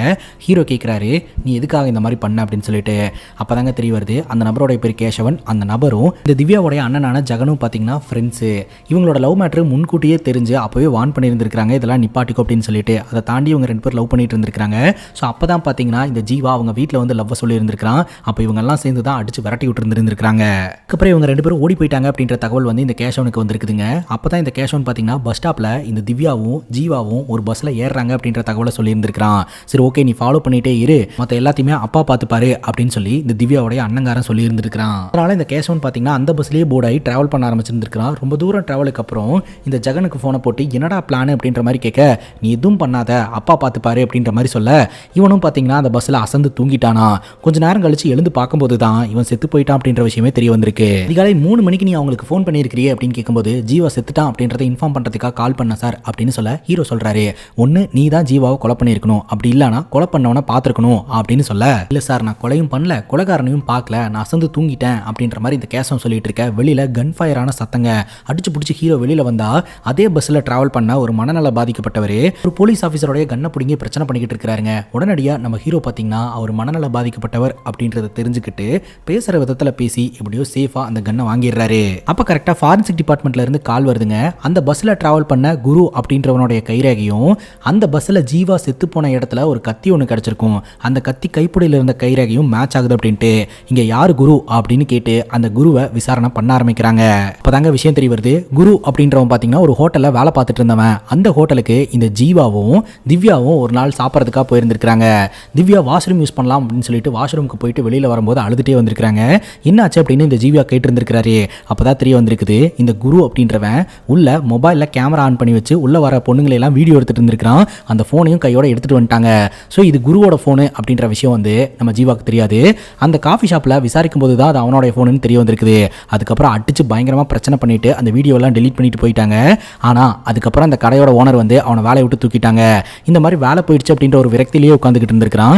அந்த டைமில் தான் ஜீவாவும் திவ்யாவும் இந்த பஸ்ஸில் ஓடி வந்து ஏறி இருந்திருப்பாங்க. இதை பார்த்து இவன் எப்படியாவது பழுதிக்கணும் அப்படின்னு சொல்லிட்டு இந்த பஸ்ஸில் போர்டாக இருந்திருக்கான். அதுக்கப்புறம் பார்த்தீங்கன்னா எல்லோரும் தூங்கிட்டாங்களா அப்படின்னு பார்த்துட்டு இவன் மறைச்சு வச்சிருந்த கத்தியை தூக்கிட்டு இந்த ஜீவாவை போட்டு தள்ளுறதுக்காக கிட்ட போயிருந்திருக்கான். அப்போதான் இவனுக்கு விஷயமே தெரிய வந்திருக்கு, ஆல்ரெடி ஜீவாவை எவனோ கொலை பண்ணிட்டான் அப்படின்ட்டு. அந்த பதட்டத்தில் அவன் கையில் வச்சிருந்த கத்தியை கீழே போட்டுட்டு யாரோ ஒருத்தங்க புதுசாக பஸ்ஸில் ஏறுறாங்க அப்படின்னு சொல்லிட்டு இவன் பாட்டுக்கு ஓடிட்டாங்க. ஸோ அவன் கொலை பண்ண கிடையாது, பட் கொலை பண்ணணுன்ற எண்ணம் இருந்தது அப்படின்றத ஒத்துக்கிறாங்க. இந்த பஸ்ஸில் டிராவல் பண்ண எல்லாரோட கைரேகையுமே வாங்கி அவங்களுக்கு ஏதாவது கேஸ் ஹிஸ்ட்ரி இருக்கா அப்படின்னு செக் பண்ணலாம் அப்படின்னு சொல்லிட்டு எல்லா போலீஸ் ஸ்டேஷனுக்கும் அனுப்பிச்சு வச்சிருந்திருப்பாங்க. அதில் ஒரு போலீஸ் ஸ்டேஷன்லேருந்து கால் வருதுங்க. இந்த பஸ்ஸில் டிராவல் பண்ண 2 பேர்த்தோடைய கைரேகை வந்து அக்யூஸ் லிஸ்ட்டில் மேட்ச் ஆகுது, ஆல்ரெடி அவங்க மேலே மர்டர் வழக்கெல்லாம் இருக்குது அப்படின்ற மாதிரி சொல்ல அவங்க 2 பேர்த்தையுமே நம்ம ஹீரோ கூப்பிட்டு விசாரணை பண்ண ஆரம்பிக்கிறாருங்க. இவங்க 2 பேரும் கான்ட்ராக்ட் கில்லர்ஸ் அப்படின்றதுனால இவங்க கிட்ட ஒருத்தங்க காசு கொடுத்து ஜீவாவை போட்டு தள்ள சொல்லி இருந்திருக்காங்க. ஆனால் இவங்க ஜீவாவை கொலை பண்ணலை அப்படின்ற மாதிரி சொல்கிறாங்க. அப்படின்னா உன்னோட ஷாக்ஸில் ரத்தக்கரை இருக்குது, அது யாரோட இது அப்படின்னு கேட்கும்போது இந்த ப்ராசஸ்க்கு நடுவில் பார்த்தீங்கன்னா ரோட்டில் நடந்து போயிட்டு இருந்த ஒருத்தரோடைய பேகை வந்து வழிப்பறி பண்ணலாம் அப்படின்ட்டு இவங்க 2 பேரும் போய் அதை பண்ணி இருந்திருக்காங்க. இப்போ இவங்க கத்தியை காட்டி மிரட்டினாங்க இல்லையா, அந்த கத்தி பார்த்தீங்கன்னா அந்த நபரோடைய கையில் பட்டு ரத்தம் வந்து வந்து அந்த ரத்தம் தான் வந்து ஷாக்ஸில் இருக்குது, நாங்கள் ஜீவாவை கொலை பண்ணலாம் அப்படின்ற மாதிரி சொல்கிறாங்க. இவங்க ஜீவாவை கொல்லலாம் அப்படின்னு நினைக்கும் போது ஜீவா ஆல்ரெடி செத்துட்டான் அப்படின்ற விஷயம் தெரிய வந்திருக்குது. இதை பார்த்தீங்கன்னா பணம் கொடுத்தவனுக்கு சொல்லிடலாம் அப்படின்னு சொல்லிட்டு கால் பண்ணியிருந்திருக்காங்க. ஃபோன் சுவிச் ஆஃப்ல வந்திருக்குதுங்க. இந்த கொலையை பண்ணல, யார் காசு கொடுத்தாங்களோ அவங்க யார் அப்படின்றத காட்டி கொடுத்துட்றோம் அப்படின்ற மாதிரி உனக்கு 2 பேரும் சொல்கிறானுங்க. பார்த்தா அதே ஸ்டேஷனில் பணம் கொடுத்தவன் உட்காந்துக்கிட்டு இருக்காங்க. இவன் கை காட்டி விட்டுறான். இது வேற யாரும் இல்லை, இந்த கேசவன் தான். இந்த கேசவன் பார்த்தீங்கன்னா அந்த ஸ்டேஷன்லேருந்து தப்பிச்சு ஓடுறதுக்கு முயற்சி பண்ணுறான். உடனடியே நம்ம ஹீரோ துரத்திட்டே வந்துட்டு இருக்காருங்க. அந்த டைமில் பார்த்தீங்கன்னா அந்த ஸ்டேஷன் ஏரியாவில் இருக்கக்கூடிய பவர் சப்ளைவை கட் பண்ணி விட்டு அடியாட்கள்லாம் பார்த்தீங்கன்னா இந்த பெட்ரோல் பாம்பை அந்த ஸ்டேஷனை நோக்கி வீச ஆரம்பிக்கிறாங்க. இருந்தாலும் இந்த கேசவனை போட்டு நம்ம ஹீரோ அடி அடின்னு அடிக்கிறாருங்க. பார்த்தா ஆப்போசிட்டில் இந்த திவ்யாவோடைய அப்பாவும் அண்ணனும் வந்துட்டு இருக்காங்க. இவங்க தான் பணம் கொடுத்தாங்க, அவங்கள கேளுங்க அப்படிங்கும்போது திவ்யாவோட அண்ணனை போட்டு பணம் கொடுப்பியாடா, கொலை பண்ண சொல்லி பணம் கொடுப்பியாடா அப்படின்னு சொல்லிட்டு போட்டு அடி அடின்னு ஹீரோ அடிக்கிறாருங்க. இவனை இங்கே வச்சு விசாரிச்சா செட் ஆகாது, இவனை என் கஸ்டடியில் எடுக்கிறேன் அப்படின்னு சொல்லிட்டு ஸ்டேஷனுக்குள்ளே எடுத்துகிட்டு போக ஹியூமன் ரைட்ஸில் ஒரு பேசஞ்சர் இருந்திருக்காங்க. அவங்க பார்த்தீங்கன்னா குரல் கொடுத்துட்டு இருக்காங்க. அப்போ அங்கே இருக்கக்கூடிய லேடி ஆஃபீஸரே சொல்லிடுறாங்க, இதெல்லாம் பார்த்துட்டு இருந்தோம்னா குற்றவாளியை கண்டுபிடிக்க முடியாது அப்படின்ட்டு. மறுபடியும் ஹீரோடைய டீம் கிட்ட இருந்து கால் வருது, நீங்கள் சொன்ன எல்லா இடத்தையுமே செக் பண்ணி பார்த்துட்டோம், அந்த பொண்ணை எங்களால் கண்டுபிடிக்கவே முடியல அப்படிங்கும்போது அதெல்லாம் எனக்கு தெரியாது, இன்னைக்கு ராத்திரிக்குள்ளே அந்த பொண்ணை கண்டுபிடிச்சே ஆகணும் அப்படின்ற மாதிரி ஹீரோ இன்ஸ்ட்ரக்ஷன்ஸ் கொடுத்துட்டு இருக்காருங்க. இன்னொரு பக்கம் டெட் பாடியை போஸ்ட்மார்ட்டம் பண்ணுறதுக்காக ஒரு 2 பேர் வராங்க. வந்து பார்த்துட்டு பயங்கர ஷாக் ஆயிடுறாங்க. பேசிக்காக போஸ்ட்மார்ட்டம் பண்ணுறதுக்காக வச்சிருந்த ஜீவோட டெட் பாடி ஹாஸ்பிட்டலில் காணுங்க. இந்த ஒரு தகவல் நம்ம ஹீரோக்கு தெரிய வருது. ஹீரோட அசிஸ்டன்ட் சொல்கிறாரு, நாம அக்யூஸ்டை நெருங்கிட்டோம் அப்படின்னு சொல்லிட்டு அவங்களுக்கு தெரிஞ்சு போச்சு சார், அதனால தான் நம்ம விசாரணையை தடுக்கிறதுக்கு இந்த மாதிரிலாம் பண்ணுறாங்க அப்படிங்கும்போது, இல்லை இந்த இன்ஃபர்மேஷன்லாம் யாரோ ஒருத்தங்க லீக் பண்ணுறாங்கன்ற மாதிரி எனக்கு தோணுது அப்படின்னு சொல்லிட்டு உடனடியாக அந்த ஹாஸ்பிட்டலுக்கு ஹீரோ போகிறாருங்க. எந்த வழியில இந்த டெட் பாடியை தூக்கிட்டு போயிருப்பாங்க, எப்படி தூக்கிட்டு போயிருப்பாங்க அப்படின்ற ஆங்கிளில் இவர் செக் பண்ண ஆரம்பிக்கிறாருங்க. அப்படி செக் பண்ணதில் அந்த ஹாஸ்பிட்டலில் ஒரு சாக்கு மூட்டையில் இந்த டெட் பாடியை மறைச்சு வச்சிருந்திருப்பாங்க. அது அந்த ஹாஸ்பிட்டலை விட்டு வெளியவே போயிருந்திருக்காது. எப்படியோ அந்த டெட் பாடியை எடுத்துகிட்டு வந்து போஸ்ட்மார்ட்டத்துக்காக டாக்டர் கிட்ட கொடுக்க ஹீரோ கேட்குறாரு, இந்த டெட் பாடியை எதற்காக கடத்தி வெளியில் கொண்டு போகாமல் இங்கேயே ஒரு இடத்துல மறைச்சு வைக்கணும் அப்படின்னு சொல்லிட்டு. அப்போ தான் டாக்டர் விஷயத்த சொல்கிறாங்க, இறந்து போன ஜீவா வந்து ஸ்ட்ரகிளிங் அனுபவிக்கவே இல்லை, ஏன்னா அவருடைய கை நகங்களில் ஸ்ட்ரகிளிங் அனுபவிச்சதற்கான எந்த ஒரு தடையுமே கிடையாது. விச் மீன்ஸ் அவர் மயங்கின நிலைமையில் இருக்கும்போது தான் இந்த கொலை நடந்திருக்குது. அப்போ இவருக்கு ட்ரக்ஸ் கொடுத்துருப்பாங்க, இல்லாட்டி மயக்க மருந்து கொடுத்துருந்துருப்பாங்க. ஸோ அது வந்து 6 மணி நேரம் மட்டும்தான் உடம்புல இருக்கும். 6 மணி நேரத்துக்கு மேலே ஆச்சு அப்படின்னா போஸ்ட்மார்ட்டத்திலேயே பெருசாக ட்ரேஸ் பண்ண முடியாது. அந்த 6 மணி நேரத்தை கடத்தணும் அப்படின்றதுக்காக மேபி அந்த டெட் பாடியை இங்கேயே மறைச்சு வச்சிருந்துருக்கலாம் அப்படின்ற மாதிரி இந்த டாக்டர் சொல்கிறாருங்க. ஒரு கூர்மையான ஆயுதத்தால் குத்தி தான் இந்த ஜீவாவை கொலை பண்ணியிருக்காங்க அப்படின்றத டாக்டர் சொல்கிறாருங்க. அடுத்து இந்த வழக்கில் ஹீரோக்கு என்ன பண்ணுறதுன்னே தெரியலங்க. பெருசாக எந்த ஒரு லீடுமே கிடைக்கல. இவனை கேட்டால் அவன்றான், அவனை கேட்டால் அவன்றான், அவனை கேட்டால் இன்னொருத்தன்றான். ஆனால் கடைசி வரைக்கும் இந்த ஜீவாவை கொலை பண்ணது யாருன்னே தெரியலங்க. இன்னொரு பக்கம் ஹீரோடைய டீம் ஃபர்ஸ்ட் காணாம போன பொண்ணை தேடிக்கிட்டு இருக்காங்க இல்லையா. ஸோ அங்கே பொலிட்டீஷியன்ஸுக்காக பேனர் வைக்கிறவங்க கிட்டலாம் வந்து இந்த ஃபோட்டோவை காமிச்சு விசாரிச்சுட்டு, சரி போதும் அன்டைம் ஆச்சு எல்லோரும் கிளம்புங்க அப்படின்ற மாதிரி சொல்லிக்கிட்டு இருக்கிறாங்க. அப்போது ஹைவேஸ் பக்கத்தில் இந்த சர்வீஸ் ரோடு இருக்கும் இல்லையா, அந்த சர்வீஸ் ரோட்டுக்கிட்ட ஒரு ரெட் கலர் வண்டி வந்து அங்கே கிடக்கிற ஒரு பொண்ணோடைய டெட் பாடியை வண்டிக்குள்ளே வச்சு தூக்கிட்டு போகிற மாதிரி நம்மக்கிட்ட காட்டுறாங்க. பார்த்தா அங்கேயே செக் போஸ்ட் இருக்குதுங்க. போலீஸ்காரங்க செக் பண்ணும்போது உள்ள ஒரு பொண்ணு இருக்கா அப்படின்றது தெரிஞ்சு போச்சு. உடனடியாக இன்ஃபர்மேஷனை பாஸ் பண்ணி அந்த வண்டியை பிடிக்கிறதுக்கு முயற்சி பண்ணுறாங்க. பயங்கரமான சேசிங்லாம் நடக்குதுங்க. பலதரப்பட்ட போராட்டத்துக்கு அப்புறம் அந்த வண்டியை விட்டு அந்த அடியாட்கள்லாம் இறங்குறாங்க. அந்த அடியாட்கள் கிட்டலாம் பயங்கரமாக ஹீரோ சண்டை போட்டு அந்த வண்டிக்குள்ளே இருக்கக்கூடிய பொண்ணை மீட்கலாம் அப்படின்னு அங்கே போய் பார்க்கும்போது தாங்க தெரிய வருது, அங்கே இருக்கக்கூடிய பொண்ணு இவங்க தேடி வந்த பொண்ணே கிடையாது, வேற ஒரு பொண்ணு. அந்த வண்டியில் இருக்கக்கூடிய பொண்ணு வேற யாரும் கிடையாதுங்க. அதாவது 8:30 மணிக்கு அந்த பஸ்ஸில் ஏறதா இருந்த ஜனனின்ற பொண்ணு. அதான் இந்த கண்டக்டர் ஃபோன் பண்ணி ஃபோன் சுவிச் ஆஃப்னு வந்ததுன்னு சொல்லிட்டு நாங்கள் கிளம்பிட்டோன்னு சொன்னார் இல்லையா, அந்த பொண்ணு. இப்போ நம்ம ஹீரோ இந்த பஸ் டிரைவரை பிடிச்சி வாங்குவாங்கன்னு வாங்குறாருங்க. உங்க பஸ்ல ஏறாத பொண்ணு எப்படி இந்த இடத்துல இருந்தா அப்படின்னு சொல்லிட்டு. இந்த பொண்ணு கள்ளக்குறிச்சிக்கு வந்தா அப்படின்றது எனக்கு எப்படி சார் தெரியும்? நாங்க அந்த இடத்துல வண்டியை நிப்பாட்டணும், அந்த பொண்ணு பஸ் ஏறவே இல்லை, அதனால நாங்க கிளம்பிட்டோம். நீங்க நம்பிக்கை இல்லை அப்படின்னா எங்களுடைய கம்பெனில கூட ஃபோன் பண்ணி விசாரணை பண்ணி பாருங்க, அவங்க கிட்ட எல்லா டேட்டாஸும் இருக்கும் அப்படின்னு சொல்ல, உடனடியாக நம்ம ஹீரோ இந்த பஸ் கம்பெனிக்கு ஃபோனை போட்டு இந்த பஸ் எங்கெங்கெல்லாம் நின்றுச்சு அப்படின்ற மாதிரி கேட்க அவங்க எல்லா டீட்டெயிலுமே சொல்றாங்க. இப்போ நம்ம ஹீரோ அந்த ஜனனின்ற பொண்ணு ஏறின அந்த எல்லைக்குட்பட்ட பகுதியோட போலீஸ் ஸ்டேஷனுக்கு ஃபோனை போட்டு அந்த ஏரியாவோட சிசிடிவி கேமரா செக் பண்ணி இந்த டைம்ல ஒரு பொண்ணு பஸ் ஏறிச்சா அப்படின்றத பார்த்து சொல்லுங்க அப்படின்னு சொல்லிட்டு இந்த பஸ்ஸோட நம்பர் எல்லாத்தையுமே நம்ம ஹீரோ அனுப்பி வைக்கிறாருங்க. கொஞ்ச நேரத்திலேயே அந்த போலீஸ் ஆஃபீஸர் ஃபோன் பண்றாரு. பஸ் ஸ்டாண்ட் கேமரா செக் பண்ணி பார்த்ததுல ஐம்பொன் டிராவல்ஸ் அப்படின்னு நீங்க சொன்ன மாதிரி பஸ் வந்து நின்று இருக்குது. ஆனா அந்த இடத்துல எந்த பொண்ணும் வரவும் இல்லை, யாரும் கிடையாது. ஆனா அந்த டைம்ல ஒரு 2 பேர் பஸ்ல போய் ஏறி இருக்காங்க அப்படின்னு சொல்ல, ஓகே சார் தேங்க்ஸ் அப்படின்னு சொல்லிட்டு ஒரு ஃபோனை கட் பண்ணிடுறாருங்க. இப்போ நம்ம ஹீரோ மறுபடியும் பார்த்தீங்கன்னா அதே போலீஸ் ஆஃபீஸருக்கு ஃபோனை போட்டு வேற ஒரு உதவி செய்யணும் அப்படின்ற மாதிரி கேட்குறாரு. அது என்ன அப்படின்றத நம்ம கிட்ட காட்டலங்க. அது மட்டும் இல்லாமல் இப்போ ஸ்டேஷனில் இருக்கக்கூடிய எல்லாருக்கிட்டையுமே ஃபோனை கொடுத்து அவங்களோட வீட்டுக்கெல்லாம் இன்ஃபார்ம் பண்ணிருங்க அப்படின்ற மாதிரி சொல்ல அவங்களோட ஃபோன்ஸ் எல்லாத்தையுமே திரும்ப கொடுக்கப்படுதுங்க. எல்லோரும் அவங்கவுங்க வீட்டுக்கெல்லாம் ஃபோன் பண்ணி பேசிக்கிட்டு இருக்காங்க. குறிப்பாக நம்ம தங்கத்துறைக்கு நாளைக்கு கல்யாணம் இல்லையா, ஸோ நாளைக்கு காலையில் நீ வரல அப்படின்னா அவனோட கல்யாணமே கேன்சல் அப்படின்ற மாதிரிலாம் சொல்லிடுறாங்க. நம்ம ஹீரோ பார்த்தீங்கன்னா இப்போ டோல்கேட்டில் எடுத்து சிசிடிவி கேமரா செக் பண்ணிட்டு இருக்காரு. அப்போ கரெக்டாக ஸ்டேஷனில் இருந்து கால் வருதுங்க. ஸோ அந்த காலில் என்ன சொல்கிறாங்க அப்படின்னா எல்லாருக்கிட்டையும் ஃபோனை கொடுத்து பேச சொன்னோம், எல்லாருமே அவங்க வீட்டுக்கு ஃபோன் பண்ணாங்க. ஆனால் ஒருத்த மட்டும் ஃபோன் பேசுகிற மாதிரி நடிச்சான் அப்படின்ற மாதிரி சொல்ல, அது வேற யாரும் கிடையாது, அந்த பஸ்ஸோடைய டிரைவர் தான். இப்போ நம்ம ஹீரோ அந்த பஸ் ட்ராவல் பண்ணி வந்த எல்லா டோல்கேட்டோட சிசிடிவி ஃபுட்டேஜஸும் செக் பண்ணி பார்க்குறாருங்க. அதில் ஒரு மேஜரான டிஃப்ரென்ஸை கண்டுபிடிக்கிறாரு. அதாவது ஒரு டோல்கேட்ல இருந்து இன்னொரு டோல்கேட்டுக்கு வரதுக்கு இவ்வளோ டைம் ஆகும் அப்படின்னா, ஒரு சில டைமில் சீக்கிரமாகவே அந்த டோல்கேட்டை அந்த பஸ் கிராஸ் பண்ணுது, ஒரு சில டைமில் ரொம்ப லேட்டாக அந்த பஸ் கிராஸ் பண்ணுது. சம்திங் ராங் அப்படின்றத ஹீரோ கண்டுபிடிக்கிறாரு. அது மட்டும் இல்லாமல் நம்ம ஹீரோ உட்காந்து இதுவரைக்கும் இவர் யார் யாரெல்லாம் விசாரிச்சாரு, என்னென்ன விசாரணை நடந்தது அப்படின்றது எல்லாத்தையுமே மண்டைக்குள்ள போட்டு குழப்பிக்கிட்டு இருக்கிறாருங்க. அப்போ தான் இந்த செல்ஃபி எடுத்துகிட்டு இருக்கக்கூடிய பையனை கவனிக்கிறாரு. இங்கே வா அப்படின்னு சொல்லிட்டு ஃபோனை வாங்கிட்டு அனுப்பிச்சிடுறாருங்க. அதுக்கப்புறம் அந்த ஃபோனில் இருக்கக்கூடிய ஃபோட்டோஸ் எல்லாத்தையுமே லேப்டாப்பில் காப்பி பண்ணி இவங்க போலீஸ் ஸ்டேஷனில் வச்சு எல்லாருமே ஃபோட்டோ எடுத்திருப்பாங்க இல்லையா, அதையும் பழைய ஃபோட்டோஸையும் மேட்ச் பண்ணி பார்த்துக்கிட்டு இருக்கிறாரு. ஏதாவது டிஃப்ரென்ஸ் தெரியுதா அப்படின்ட்டு. இப்போ நம்ம ஹீரோ பார்த்தீங்கன்னா இந்த பஸ் பேசஞ்சர்ஸ் எல்லாத்தையுமே அமுச்சுட்ருங்க, திவ்யாவை அவங்க அப்பா கூட அமுச்சுட்ருங்க, கில்லரை கண்டுபிடிச்சாச்சு அப்படின்ற மாதிரி சொல்லிடுறாருங்க. பார்த்தீங்கன்னா அசிஸ்டன்ட் கிட்ட சொல்கிறாரு, அந்த பஸ் டிரைவர் மேலே தான் எனக்கு டவுட் அப்படின்னு சொல்லிட்டு. அவன் தான் கில்லர் அப்படின்னு எப்படி சார் நீங்கள் சொல்கிறீங்க, அவன் தான் பஸ்ஸை ஓட்டிகிட்டு இருந்தானே அப்படின்ற மாதிரி சொல்ல, இல்லை அந்த பொண்ணோட டெட் பாடி ஒரு இடத்துல கிடச்சது இல்லையா, நான் இந்த இடத்துல தான் கிடச்சது அப்படின்றத நான் மென்ஷன் பண்ணவே கிடையாது, அவனே அந்த இடத்த மென்ஷன் பண்ணி சொல்லிட்டு எனக்கு தெரியாதுன்னு சொல்கிறான், அவனுக்கு எப்படி அந்த இடத்துல தான் அந்த பொண்ணு கிடச்சான்னு தெரியும், எனக்கு என்னமோ அவன் மேலே டவுட் இருக்குது அப்படின்ற மாதிரி ஹீரோ சொல்கிறாருங்க. ஆக்சுவலாக இந்த பொண்ணோட டெட் பாடி கள்ளக்குறிச்சியில் ஒரு இடத்துல கிடச்சது இல்லையா, இந்த பொண்ணு இந்த டைமில் வந்து அவங்க ஊர் பஸ்ஸில் ஏறி கிளம்புனாதான் இந்த டைமுக்கு இந்த இடத்த ரீச் பண்ணுவா அப்படின்னு ஹீரோ ஒரு கால்குலேஷனை போட்டு அந்த போலீஸ் ஆஃபீஸர் கிட்ட ஃபோனை போட்டு, சரி 9 மணிக்கு அந்த பஸ்ஸில் ஏறல, 8:30 மணிக்கு அவள் எந்த பஸ்ஸில் ஏறினான்றதை செக் பண்ணுங்க அப்படின்ற மாதிரி சொல்ல, அப்போ தான் ஷாக்கிங்கான ஒரு விஷயமே தெரிய வந்திருக்குதுங்க. ஆக்சுவலாக 9 மணிக்கு ஐம்பொன் டிராவல்ஸ் வந்திருக்குது, இந்த கண்டக்டர் கால் பண்ணியிருந்திருக்கிறாரு, ஜனனியோட ஃபோன் சுவிச் ஆஃப்னு சொல்லிட்டு அவங்க கிளம்பிட்டாங்க. ஆனால் 8:30 மணிக்கும் ஐம்பொன் டிராவல்ஸ்னு சொல்லிட்டு இதே நம்பர் பிளேட்டோட ஒரு வண்டி வந்திருக்குது, அந்த பஸ்ஸில் ஜனனி ஏறி இருக்கிறா அப்படின்ட்டு. டோல்கேட் சிசிடிவி கேமரா செக் பண்ணி பார்க்கும்போது நிறைய டைம் டிஃபரன்ஸ் இருந்தது அப்படின்ற மாதிரி நம்ம பார்த்தோம் இல்லையா, அப்போ தான் ஒரு விஷயம் தெரிய வருதுங்க. ஆக்சுவலாக ஒரு பஸ் இல்லை 2 பஸ் ஒரே நம்பர் பிளேட்ல வேற வேற டோல்கேட்டை கிராஸ் பண்ணி இருந்திருக்குது அப்படின்ட்டு. இந்த பேசஞ்சரை ஏத்திட்டு போகாத டிரைவரோடைய ஃபோன் நம்பரை பார்த்தீங்கன்னா இந்த டிரைவரோடைய ஃபோன்ல இருந்து எடுத்து அதை ட்ராக் பண்ணி அந்த டிரைவரை பிடிக்கிறதுக்கான ஏற்பாட்டை நம்ம ஹீரோ பண்ணிட்டாருங்க. அதே சமயம் மேலும் சந்தேகத்தை உறுதி செய்யறதுக்காக இந்த ஸ்டேஷன்ல இருக்கக்கூடிய மற்ற பேசஞ்சர்ஸ் கிட்ட எல்லாம் ஃபோனை கொடுத்து அவங்க வீட்டுக்கு ஃபோன் பண்ணி இன்ஃபார்ம் பண்ண சொல்லுங்க அப்படின்னு சொல்ல, எல்லாரும் ஃபோன் பண்ணி இன்ஃபார்ம் பண்ணுவாங்க. ஆனால் இந்த டிரைவர் மட்டும் ஃபோன் பண்ணி இன்ஃபார்ம் பண்ற மாதிரி நடிப்பான். இதை வச்சு எனக்கு புரிஞ்சு போச்சு இந்த டிரைவரோட இன்வால்மெண்ட் இந்த வழக்கில் இருக்குது அப்படின்னு சொல்லிட்டு. ஒரு கூர்மையான ஆயுதத்தை வச்சு தான் கொலை பண்ணாங்க அப்படின்னு சொல்லி ஃபாரன்சிக் டிபார்ட்மெண்ட் ரிப்போர்ட் கொடுத்துருக்குது. உடனடியாக நான் போய் பஸ்ஸோட டூல்ஸ் பாக்ஸ் எடுத்து பார்த்தேன், அதில் எல்லா பொருளும் இருந்தது, ஸ்க்ரூ டிரைவர் மட்டும் இல்லை. ஸோ ஸ்க்ரூ டிரைவர் தான் கிரைம் வெப்பனாக பயன்படுத்தி இவன் கொலை பண்ணியிருக்கிறான் அப்படின்ற மாதிரி ஹீரோ சொல்கிறாருங்க. செல்ஃபி எடுத்துகிட்டு இருக்கக்கூடிய பையனோட மொபைலை வாங்கி முன்னாடி இருந்த அந்த டிரைவரோட முகத்துக்கும் இப்போ இருக்கக்கூடிய இந்த டிரைவரோட முகத்துக்கும் ஏதாவது டிஃப்ரெண்ட் இருக்கா அப்படின்னு சொல்லி செக் பண்ணி பார்த்தேன். ஏன்னா வண்டி ஓட்டிக்கிட்டே ஒருத்தனால கொலை பண்ண முடியாது இல்லையா, ஸோ ஆள் மாறாட்டத்தானே ஏதாவது நடந்திருக்கா அப்படின்றத செக் பண்ணுறதுக்காக அப்படி செக் பண்ணி பார்த்ததில் ஷர்ட் பட்டனில் நிறைய மிஸ்மேட்ச் நடந்திருக்குது.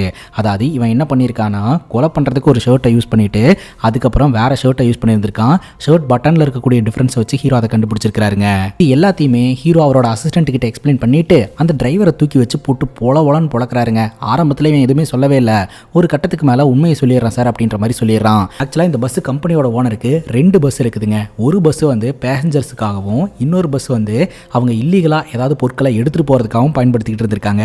2 பஸ்ஸுக்குமே ஒரே நம்பர் பிளேட்டு. ஏன்னா அப்பதான் பேசஞ்சர் உள்ள இருக்கிறாங்க அப்படின்னு சொல்லிட்டு போலீஸ் செக்கிங்ல மாட்டாது அப்படின்ட்டு. அன்னைக்கு என்ன நடந்திருக்கு அப்படின்னு பாத்தீங்கன்னா 8:30 மணிக்கு இவங்களோட பேசஞ்சர் பஸ் இந்த ஜனனின்ற பொண்ணை பிக்கப் பண்றதுக்காக அந்த ஒரு பர்டிகுலர் பஸ் ஸ்டாப்ல போய் நிக்க வேண்டியது. ஆனா டிலே ஆனதுனால 9 மணிக்கு தான் போயிருந்திருக்கு. ஆனா 8:30 மணிக்கு பாத்தீங்கன்னா அந்த பஸ் இருக்கு இல்லையா, இல்லீகலான பொருட்களை எல்லாம் ஏத்திட்டு போற பஸ், அந்த பஸ் அந்த பஸ் ஸ்டாப் வழியா கிராஸ் பண்ணியிருந்திருக்குது. இந்த பொண்ணு பாத்தீங்கன்னா புக் பண்ணியிருக்கிறோம், பஸ் நிக்காம போகுது அப்படின்னு சொல்லிட்டு அந்த பஸ்ஸை வழி மறைச்சு அந்த பஸ்ஸில் ஏறி இருந்திருக்கிறாங்க. அந்த பஸ்ஸில் ஏறி உள்ளே போனதுக்கு அப்புறம் தான் விஷயமே தெரிய வந்திருக்குது. உள்ள ஒரு பேசஞ்சர்ஸும் இல்லை, பொட்டி பொட்டியாக என்னமோன்னு வச்சிருந்துருக்காங்க அப்படின்ட்டு. ஆனால் அந்த பொண்ணை இறங்க விடாமல் அந்த பொண்ணோட ஃபோனை சுவிச் ஆஃப் பண்ணி போட்டுட்டு அதுக்கப்புறம் அந்த பொண்ணை உள்ளேயே கட்டி போட்டு அட்டாக் பண்ணியிருந்திருக்காங்க அந்த பஸ்ஸில் இருந்த டிரைவரும் கண்டக்டரும். இது மட்டும் இல்லாமல் கட்டி போடப்பட்ட அந்த பொண்ணை பார்த்தீங்கன்னா அந்த பஸ்ஸோட டிரைவரும் கண்டக்டரும் பாலியல் வன்புணர்வு பண்ணியிருந்திருக்காங்க. அதுக்காக அந்த பஸ்ஸை ஓரங்கட்டி நிப்பாட்டி இருந்திருக்காங்க. அந்த டைமில் இந்த பேசஞ்சர் பஸ் பார்த்தீங்கன்னா கிராஸ் ஆகி போயிருந்திருக்குது. ஸோ அப்போது இந்த டிரைவர் ஃபோனை போட்டு எதுக்காக வண்டி ஓரங்கட்டி நிப்பாட்டப்பட்டிருக்கு அப்படின்ற மாதிரி சொல்ல, இந்த நடந்த விஷயத்தை எல்லாத்தையுமே சொல்ல, என்னடா பண்ணி வச்சிருக்கீங்க அப்படின்ற மாதிரி பயங்கரமாக இந்த டிரைவர் திட்டி இருந்திருக்கிறான். அதுக்கு அந்த டிரைவர் என்ன சொல்கிறான்னா, அவங்க மீடியாவில் இருக்கிறதா சொன்னாங்க, அதனால தான் எதுவுமே பேசாமல் ஏற்றிட்டோம் அப்படின்ற மாதிரி சொல்கிறான். இந்த டிரைவர் சொல்கிறான், பஸ் இப்படி ஓரமாலாம் நிப்பாட்டக்கூடாது, பெரிய பிரச்சனை ஆயிரும், நான் என்னோட வண்டியை ஸ்லோ பண்ணிக்கிறேன், நீ வண்டி எடுத்துகிட்டு என்ன கிராஸ் பண்ணி போயிரு அப்படின்ற மாதிரி சொல்ல, சரி அப்படின்ற மாதிரி சொல்லிட்டு அந்த டிரைவரும் அந்த வண்டி எடுத்துகிட்டு போயிட்டு இருக்கிறான். அந்த வண்டிக்குள்ளே தான் ஜனனி இருக்கிறாங்க. ஜனனி கிட்ட அந்த பஸ்ஸுக்குள்ளேயே கண்டக்டர் அத்துமீறல ஈடுபட்டு இருக்க அந்த கண்டக்டரை போட்டு ஜனனி அடிச்சிருந்துருக்காங்க. அதுக்கப்புறம் ஜனனியை போட்டு அந்த கண்டக்டர் அடி நடிக்க அப்போ தான் பார்த்தீங்கன்னா இந்த பஸ் வந்து இவங்களோட பஸ்ஸை கிராஸ் பண்ணியிருந்திருக்கு. அப்போ ஜீவன் வந்து ஜன்னல் ஓரத்தில் தான் உட்காந்துட்டு இருப்பாரு. அப்படியே ஜன்னல் வழியில் வெளியே பார்க்கும்போது அந்த பஸ்ஸுக்குள்ளே ஜனனியை ஒருத்தன் அட்டாக் பண்ணிட்டு இருக்கிற மாதிரி தெரிஞ்சிருக்குது. உடனடியாக டிரைவர் கிட்ட வந்துட்டு இந்த மாதிரி அந்த பஸ்ஸில் யாரோ ஒருத்தங்களை அட்டாக் பண்ணிட்டு இருக்காங்க, உடனடியாக போங்கண்ணா, நிப்பாட்டுங்கண்ணா, காப்பாற்றலாம் அப்படின்ற மாதிரி சொல்ல, அவன் ரொம்ப ஃபாஸ்ட்டாக போகிறான் தம்பி, என்னால் எதுவும் பண்ண முடியாது அப்படின்ற மாதிரி இந்த டிரைவர் வேணுன்னே சொல்லியிருந்திருக்கிறாருங்க. சரி நீங்கள் ஹெல்ப் பண்ணலான்னா என்ன, நான் போலீஸ்க்கு ஃபோன் பண்ணி இன்ஃபார்ம் பண்ணுறேன் அப்படின்னு சொல்லிட்டு போலீஸோட கண்ட்ரோல் ரூமுக்கு ஃபோனை போட்டு ஐம்பொன் அப்படின்ற பஸ்ஸில் வந்து ஒரு பொண்ணை ஒருத்தன் டார்ச்சர் பண்ணிக்கிட்டு இருக்கான் அப்படின்ற இன்ஃபர்மேஷனை பாஸ் பண்ணதுக்கப்புறம் இந்த ஜீவனோடைய ஃபோன் சுவிச் ஆஃப் ஆயிடுச்சுங்க. இந்த டிரைவருக்கு கருக்குன்னு இருந்திருக்குதுங்க. இந்த டிரைவர் ஓனருக்கு ஃபோனை போட்டு இந்த விஷயத்த சொல்லிட்டாரு, இந்த மாதிரி ஒரு பெரிய சொதப்பல் நடந்துருச்சு அப்படின்னு சொல்லிட்டு. அதெல்லாம் எனக்கு தெரியாது, எந்த பிரச்சனையும் நடக்கக்கூடாது, இந்த பிரச்சனை வராமல் நீயே அவனோட கதையை முடிச்சு பிரச்சனையை சால்வ் பண்ணிடு அப்படின்ற மாதிரி இந்த பஸ்ஸோட ஓனர் வந்து சொல்லியிருந்திருக்கிறான். அதனால் பார்த்தீங்கன்னா அந்த ஜீவன் குடிக்கக்கூடிய தண்ணியில் மாத்திரையை கலந்து விட்டு, நீ இந்த தண்ணியை குடிப்பா, ரிலாக்ஸ் ஆகுப்பா, பார்த்துக்கலாம்ப்பா அப்படின்ற மாதிரி சொல்ல, ஜீவனும் அது மாத்திரை கலந்த தண்ணி அப்படின்னு தெரியாமல் அந்த தண்ணியை குடிக்க ஜீவனுக்கும் தூக்கம் வர ஆரம்பிச்சிருந்துருக்குது. உள்ளே போய் தூங்குப்பா அப்படின்ற மாதிரி சொல்ல ஜீவன் உள்ளே போய் படுத்தவரை அப்படி தூங்கிட்டாருங்க. அதுக்கப்புறம் இந்த டிரைவர் பார்த்தீங்கன்னா அந்த வண்டி டிரைவருக்கு ஃபோனை போட்டு, உங்கள் கூட இருக்கிறவனை மாற்றி விடுங்க, சர்வீஸ் ரோட்டில் வண்டியை நிப்பாட்டி நான் வரும்போது என் வண்டியில் ஏறுற மாதிரி பார்த்துக்கோங்க அப்படின்ற மாதிரி சொல்லி பஸ்ஸை நிப்பாட்டாமையே பார்த்தீங்கன்னா அந்த பஸ்ஸில் போர்டாக வச்சு, அதுக்கப்புறம் இந்த டிரைவர் அவனை மாற்றி விட்டுட்டு உள்ளே போய் ஸ்க்ரூ டிரைவரை வச்சு குத்தியே கொலை பண்ணி இருந்திருக்கிறாருங்க.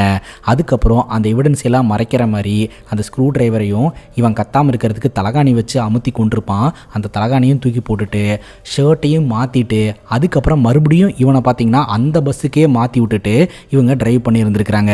அதாவது நினச்சி கூட பார்க்க முடியாத பல சம்பவத்தை இந்த டிரைவர் ஒத்தாலாக நின்று பண்ணி இருந்திருக்கிறாரு. அதற்கான காரணம் அந்த ஓனர் பார்த்தீங்கன்னா இந்த டிரைவரோட குடும்பத்தை நல்லா பார்த்துக்கிறாராம், நிறையா பணம் கொடுக்குறாராம். அதை தாண்டி அந்த ஓனருக்கு எதிராக ஏதாவது பண்ணால் குடும்பத்தையே அழிச்சிருவாருன்ற பயம் இருக்குது.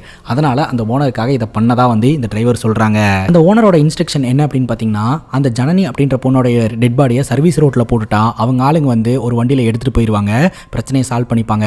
அதே மாதிரி போலீஸில் மாட்டினாலும் இந்த ஜீவனோட டெட் பாடியை போஸ்ட்மார்ட்டம் பண்ணுறதுக்காக எடுத்துகிட்டு போய் வைப்பாங்க. அங்கே இவங்களோட இன்ஃப்ளூயன்ஸை யூஸ் பண்ணி அந்த டெட் பாடியை தூக்கிடலாம் அப்படின்னு பிளான் போட்டுருந்துருக்காங்க. பட் கடைசியில் எல்லாமே சொதப்பிருச்சு. ஸோ ஜனனியோட டெட் பாடியும் போலீஸ்கிட்ட மாட்டிருச்சு, இந்த ஜீவனோடைய டெட் பாடியும் போலீஸ்கிட்ட மாட்டிருச்சு. ஒரு உயிரை கொண்டு அந்த பஸ்ஸில் இருக்கக்கூடிய பொருளை காப்பாற்றணும்னா அந்த பஸ்ஸுக்குள்ளே என்ன இருக்குது அப்படின்ற மாதிரி இந்த டிரைவர் கிட்ட கேட்க, இந்த டிரைவர் அதை என்னால் சொல்ல முடியாது சார், சொன்னா என்னோட ஃபேமிலியை கொண்டுருவாங்க அப்படின்னு சொல்ல, உன்னை என்ன பண்ணுறேன்னு பாரு அப்படின்ற மாதிரி சொல்லிட்டு ஹீரோ வெளியில் வராருங்க. உடனே இந்த டிரைவர் வந்துட்டு கெஞ்ச ஆரம்பிக்கிறாரு, சரி சார் நான் சொல்லிடுறேன், அந்த பஸ்ஸுக்குள்ளே என்ன இருந்தது தெரியுமா அப்படின்னு ஆரம்பிக்கிறாரு. பார்த்தா அந்த லாக்அப்குள்ளே இருக்கக்கூடிய அந்த லாக் உடைச்ச கைதி கன்னை வச்சு பட்டுன்னு ஷூட் பண்ணிடுறாருங்க. ஹீரோவையும் கன்னை வச்சு ஷூட் பண்ண பார்க்குறாரு. பட்டுன்னு நம்ம ஹீரோடைய அசிஸ்டன்ட் அந்த லாக்அப்பில் இருக்கக்கூடிய கைதியை சுட்டு கொண்டுறாரு. கொஞ்சம் விட்டுருந்தா உங்களை கொண்டிருப்பான் சார் அப்படின்னு சொல்லிட்டு. அப்போதாங்க விஷயம் தெரிய வருது, இந்த டிரைவர் ஏதாவது உண்மையை சொல்கிற மாதிரி இருந்ததுன்னா போலீஸ் ஸ்டேஷனில் வச்சு இவனோட கதையை முடிக்கணும் அப்படின்னு சொல்லிட்டு வேணுனே ஒருத்தனை சரண்டராக வச்சிருந்துருக்கிறான் அந்த பஸ்ஸோடைய ஓனர். இப்போ ஹீரோடைய டீம் பார்த்தீங்கன்னா எப்படியோ அந்த டிரைவரோடைய கான்டாக்ட் நம்பரை வச்சு அந்த பஸ்ஸை ட்ராக் பண்ணி பிடிச்சிட்டாங்க. ஆனால் அங்கே போய் பார்த்தா அந்த பஸ்ஸுக்குள்ளே எந்த ஒரு பொருளுமே இல்லைங்க. இப்போ தான் நம்ம ஹீரோ அங்கே உட்காந்து ரொம்பவே ஃபீல் பண்ணியிருந்திருப்பாரு. இந்த வழக்கு ஒன்று தொட்டு வந்துக்கிட்டே இருக்குது, என்ன பண்ணுறதுனே தெரியலன்னு சொல்லிட்டு. அப்போ தான் ஹீரோடைய அசிஸ்டன்ட்டு, சார் நீங்கள் எவ்வளோ பெரிய ஆள் அப்படின்னு சொல்லிட்டு படத்தோட ஸ்டார்டிங் சீனில் ஒரு கதை சொல்லியிருப்பார் இல்லையா, அந்த கதையை சொல்லி மோட்டிவேட் பண்ணுவாருங்க. இப்போ நம்ம ஹீரோ பார்த்தீங்கன்னா போலீஸ் டிபார்ட்மெண்ட்டோட ட்ரோன் டீமுக்கெல்லாம் கான்டாக்ட் பண்ணி ட்ரோன் எல்லாம் பறக்க விட்டு இந்த பஸ்ஸில் இருந்து அந்த பொருட்களை எடுத்துகிட்டு போனது யாரு, அது என்ன பொருட்கள் அப்படின்றது எல்லாத்தையுமே கண்டுபிடிக்கிறதுக்கு முயற்சி பண்ணுறாருங்க. அங்கே கட் பண்ணால் இதெல்லாம் பண்ணிட்டு இருக்கிறது யாரு அப்படின்றத நம்ம கிட்ட காட்டுறாங்க. ஒரு அரசியல்வாதி தாங்க.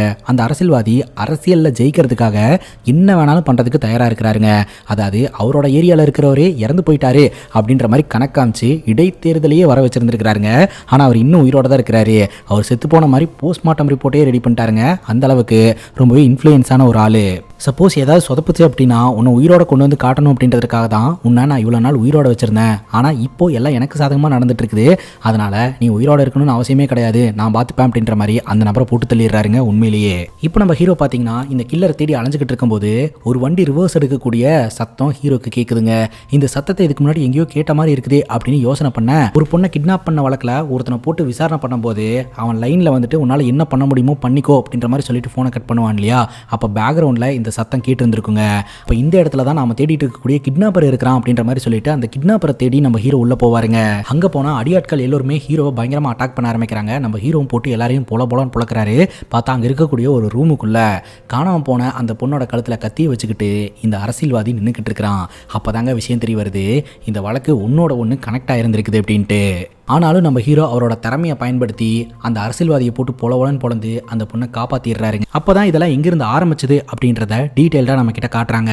இந்த அரசியல்வாதி பார்த்தீங்கன்னா ஓட் பேங்கை கொள்ளையடிச்சு தனக்கே எல்லா ஓட்டும் வர மாதிரி பண்ணணும் அப்படின்னு சொல்லிட்டு அந்த மிஷின்ஸ் எல்லாத்தையுமே ஆட்டை போட்டுருந்துருக்கான். அதை தான் பார்த்தீங்கன்னா இல்லீகலாக இந்த பஸ்ஸில் வச்சு கடத்தி இருந்திருக்கிறாங்க. ஸோ ஆட்சியை பிடிக்கிறதுக்காக தான் எல்லாத்தையுமே பண்ணியிருந்திருக்கிறான். அந்த காணாமல் போன பொண்ணு வேற யாரும் கிடையாதுங்க, எலெக்ஷன் கமிஷன் அதிகாரியோட பொண்ணு. அந்த எலெக்ஷன் கமிஷன் அதிகாரியை தன் வசம் இழுத்துக்கணும் அப்படின்னு முயற்சி பண்ணியிருந்திருக்கிறான். ஸோ அதுக்கு அவர் ஹெல்ப் பண்ணாதனால அவரோட பொண்ணை கடத்தி வச்சுட்டு இந்த மாதிரிலாம் பண்ண சொல்லியிருந்திருக்கிறான். அவரும் இதெல்லாம் பண்ணியிருந்திருக்கிறாரு. பொண்ணை கொன்றுவாங்களோ அப்படின்னு பயந்து தான் பார்த்தீங்கன்னா இவர் இந்த அரசியல்வாதிக்கு உதவி பண்ணதா சொல்கிறாரு. அந்த மிஷின்ஸ் எல்லாம் எடுத்துகிட்டு போகக்கூடிய அந்த பஸ்ஸில் தெரியாத்தனமாக இந்த ஜனனி ஏறி அந்த ஜனனியை அந்த பஸ்ஸில் இருக்கிறவங்க கொலை பண்ணி அந்த பஸ்ஸில் கொலை செய்யப்பட்டதை பார்த்திங்கன்னா இந்த ஜீவன் பார்த்து இந்த ஜீவனை இந்த பஸ்ஸில் இருக்கக்கூடிய டிரைவர் கொலை பண்ணி பல சம்பவங்கள் நடந்திருக்குதுங்க. மக்கள்கிட்ட இருந்து எல்லாத்தையுமே கொள்ளையடிச்சிட்டிங்க, அவங்க கிட்ட இருக்கிறது ஒன்றே ஒன்று தான், அந்த ஓட்டு மட்டும்தான். அதையும் கொள்ளையடிச்சிட்டா அவங்க எங்கடா போவாங்க? உன்ன மாதிரி ஆளுங்கள்லாம் இந்த ஊரில் வாழவும் கூடாது ஆளவும் கூடாது அப்படின்னு சொல்லி பட்டுன்னு அங்கேயே என்கவுண்டர் பண்ணி போட்டு தள்ளிடுறாருங்க. இத்தோட இந்த படம் முடியுது. இந்த படத்தை பற்றி நீங்கள் என்ன நினைக்கிறீங்க அப்படின்னு உங்களோட கருத்தை கமெண்ட் செக்ஷனில் பதிவு பண்ணுங்கள். அண்ட் இதே மாதிரி வேறு எதனா படத்தை பற்றி பேசணும் அப்படின்னு நினச்சாலும் படத்தோடைய பேரை கமெண்ட் செக்ஷனில் சொல்லுங்கள். இதே மாதிரி வேறு ஒரு நல்ல வீடியோவில் சந்திக்கிறேன். Love you guys, take care and cheers.